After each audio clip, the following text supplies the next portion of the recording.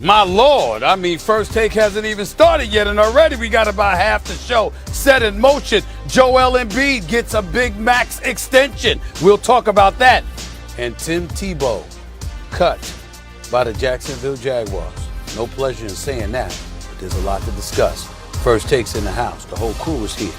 Holla at your boys and girls.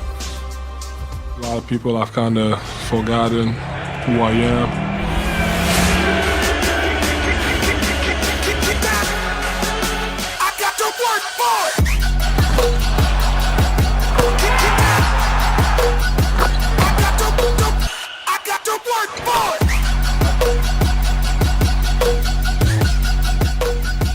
Stephen A., you said it. So much breaking news today on a Tuesday. Good day, everybody. I thought it was a quiet day in the middle of August. What was I? No, sir. Plenty to get to. Good morning to you, Max. Good morning, Stephen A. Guys, let's get it. So let's start with the breaking news out of Philadelphia. Sixers star center Joel Embiid is finalizing a 4-year, $196 million Supermax contract extension.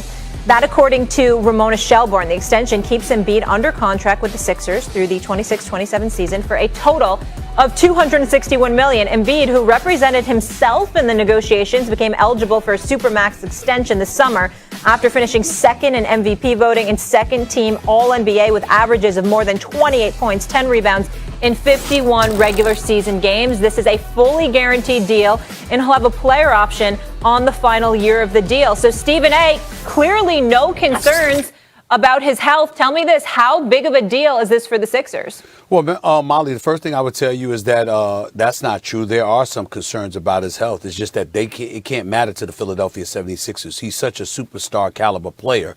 If it were not for durability issues, we'd be calling him the best big man in basketball instead of Jokic in Denver. We all know how surreal, how big time Joel Embiid is. His game is just something special to behold, and there's no question about it. But then when you take into account his personality and how magnetic it is, he's willing to talk trash to opponents. He's willing to engage the fan base and get them, rallied and involved. He's an incredibly inspirational player as well. He's the cornerstone of this franchise, no question about it. And when you take into account what transpired during the playoffs, what you see during the regular season, there's no fall off in the playoffs. Whereas with Ben Simmons, you looked at him, and even though you know what he's capable of doing, and this dude is a jump shot away from being the quality of a LeBron James, but he just doesn't have that, and then he ran away from the basketball when it really, really counted in the postseason. That's something else that elevated the stature of Joel Embiid in the eyes of the Philadelphia 76ers organization. So this was a foregone conclusion. They absolutely had to give him this money. He's well deserving of it. He's the cornerstone of their franchise. He's a star. Everything goes through him in the city of Philadelphia, and they would have it no other way. Congratulations to him. It's well deserved. Injuries or no injuries, you had to give it. You had to lock him up because he is everything to this organization. Embiid, were it not for the injuries, you could say he's the most perfect center ever, right? He checks every single box except for the injuries. He's like Olajuwon is amazing, right? But Embiid's even bigger. Like he's a taller, he's a genuine 7-foot wide body who can play with his back to the basket, who can shoot from the outside, who can play defense even in the modern NBA at an elite level. And he's a big. What can this guy not do on the floor except for stay healthy? Because had he played a few more games, Stephen A., maybe a half dozen more games this year, he's the MVP instead of Jokic. He's also a great defender. He's great on both ends of the floor. And let me put this in perspective for you. How big time is Embiid? Remember when I was proposing a Damian Lillard trade to the Sixers? Lillard is a superstar. Embiid is the one in that combination. Embiid is still the best player on that team, even if Lillard is on that team.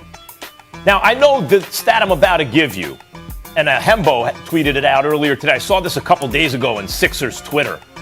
The stat I'm about to give you is a little unfair because all the retired players' points per 36 minutes averages, Stephen A., include the declining years of their career. Like, if you look at MJ's, that includes his years with the Wizards. That wasn't MJ anymore. He averaged only 20 points his final season. He was 57,000 years old. Embiid hasn't reached that stage yet. But do you know who the all-time leader points per 36 minutes in the NBA is? it would happen to be Embiid, almost a full point ahead of Michael Jordan. He ain't going to end his career that way. But at this moment, how do you ever? He's had a bunch of years in his career already, and he's there. Embiid is a crazy great talent, obviously worthy of the extension, and as you pointed out, and many others have, by the way, he even has a great larger-than-life personality, like the next Shaquille O'Neal in that sense, the big man with a big, lovable personality. The only issue is the injuries, and Stephen A., that's why he went third overall out of the draft. Like, it's been that way since he entered the league. Well, I will say this. He's not the most perfect big man in NBA history. I'm not going to go that far because on many, many occasions, as skilled and as gifted and as special as he is, one of the impediments to his success is the fact that he doesn't always play big. Sometimes he plays small, meaning stepping away from the basket. So I'd like to see his big behind in the post dominating smaller dudes on a more regular basis because we all know he can whenever he wants to. He just chooses to step away from the basket a little bit more. That is something that will qualify as an imperfection to me. Having said all of that, I think this is the biggest point to be made, Max. When you consider what has transpired with the Philadelphia 76ers all off season since Ben Simmons' horrific performance in the playoffs, particularly his free throw shooting, more specifically than anything else, shooting like 30%, 31% for the free throw line, how horrific that was. Remember, the cornerstones of the franchise was a two-headed monster instead of one in people's eyes for a while. It was Ben Simmons and Joel Embiid. The fact that Ben Simmons is such a huge question mark also is something that has elevated the cachet of Joel Embiid, because even Joel Embiid said something about how Ben Simmons had performed once the season expired, which is one of the reasons why people feel like you're hearing around NBA circles that Ben Simmons doesn't want to come back. I haven't spoken to his people, so I don't know how true that is, but you're hearing that he doesn't want to come back to Philadelphia, that he might not even show up to training camp. I don't know whether that's true or not. I just know that that's the scuttlebutt. That's what's been circulating over the last 2 or 3 weeks or so. But if you're Ben Simmons, one of the reasons it's believed that he's probably feeling that way is not just because of the trade talks, but because when Doc Rivers was asked post-game, what could Ben Simmons do, or could he lead you to a championship? Doc Rivers said, I honestly don't know. And Joel Embiid threw some question marks up in there as well. And so as a result of that, you look at the Joel Embiid, and this is a guy that's qualified to say that because he's on the court with you. And that's not a problem he has. He doesn't shy away from the moment. He wants the ball with the game on the line. He delivers the goods more often than not. He's good for at least 25 and 10 a night.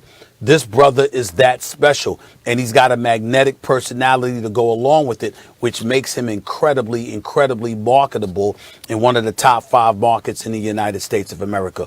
All those things come together to really highlight and justify what Joel Embiid. Real quick, about your point on Simmons, the difference really being Simmons plateaued at a certain point. There's a part of his game that's missing that he has not fixed.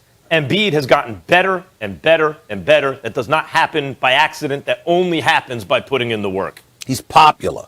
And by popular, I don't mean just well-known. He's well-liked. He's well-liked. People, to talk to Joel Embiid, you actually have a good time listening to this guy talk about basketball and talking about some of his contemporaries and, that he's got to go up against while playing the game. I mean, this dude, he brings it in every way in the sport of basketball. Absolutely.